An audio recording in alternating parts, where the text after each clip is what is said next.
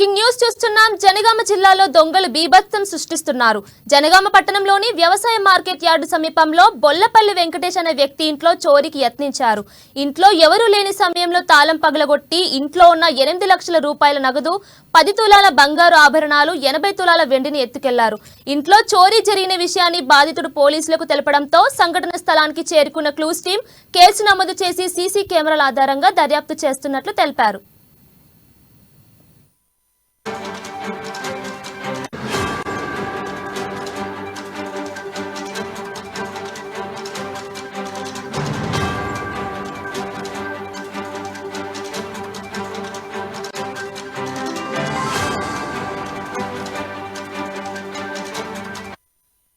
జనగామ జిల్లాలో దొంగలు బీభత్సం సృష్టిస్తున్నారు. జనగామ పట్టణంలోని వ్యవసాయ మార్కెట్ యార్డు సమీపంలో బొల్లపల్లి వెంకటేష్ అనే వ్యక్తి ఇంట్లో చోరీకి యత్నించారు.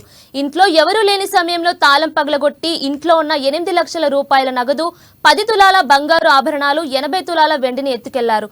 ఇంట్లో చోరీ జరిగిన విషయాన్ని బాధితుడు పోలీసులకు తెలపడంతో సంఘటన స్థలానికి చేరుకున్న క్లూస్ టీం కేసు నమోదు చేసి సీసీ కెమెరాల ఆధారంగా దర్యాప్తు చేస్తున్నట్లు తెలిపారు.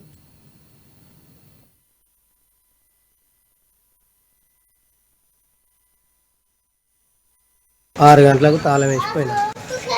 మళ్ళా ఇవాళ ఆదివారం 12 గంటలకు వచ్చే వరకు తాళం పలకొచ్చింది. 8 లక్షల రూపాయలు పోయినాయి, 10 తులాల బంగారం, 80 తులాల ఎండి ఇవి ఇంట్లో అవే పోయినాయి.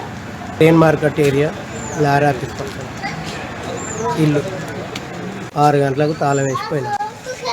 మళ్ళా ఇవాళ ఆదివారం 12 గంటలకు వచ్చే వరకు తాళం పలకొచ్చింది.